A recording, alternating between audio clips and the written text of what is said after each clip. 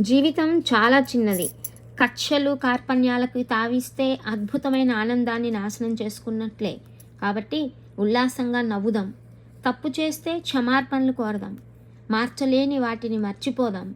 మనస్ఫూర్తిగా ప్రేమిద్దాం. హృదయపూర్వకంగా క్షమిద్దాం. అదృష్టాన్ని పరీక్షించుకుందాం. శక్తి వంచన లేకుండా శ్రమిద్దాం. పశ్చాత్తాపాల్ని పక్కన పెడదాం. చేసిన తప్పుల నుండి గుణపాఠాల్ని నేర్చుకుందాం. జీవితం చాలా చిన్నది. ఏడుస్తూ బతకటానికి సమయం లేదు. చెడులో మంచిని చూసేందుకు ప్రయత్నిద్దాం. బాధలోనూ మందహాసం చేద్దాం. పొందిన దాన్ని ప్రేమిద్దాం. లేమిని ఎప్పుడు గుర్తుంచుకుందాం.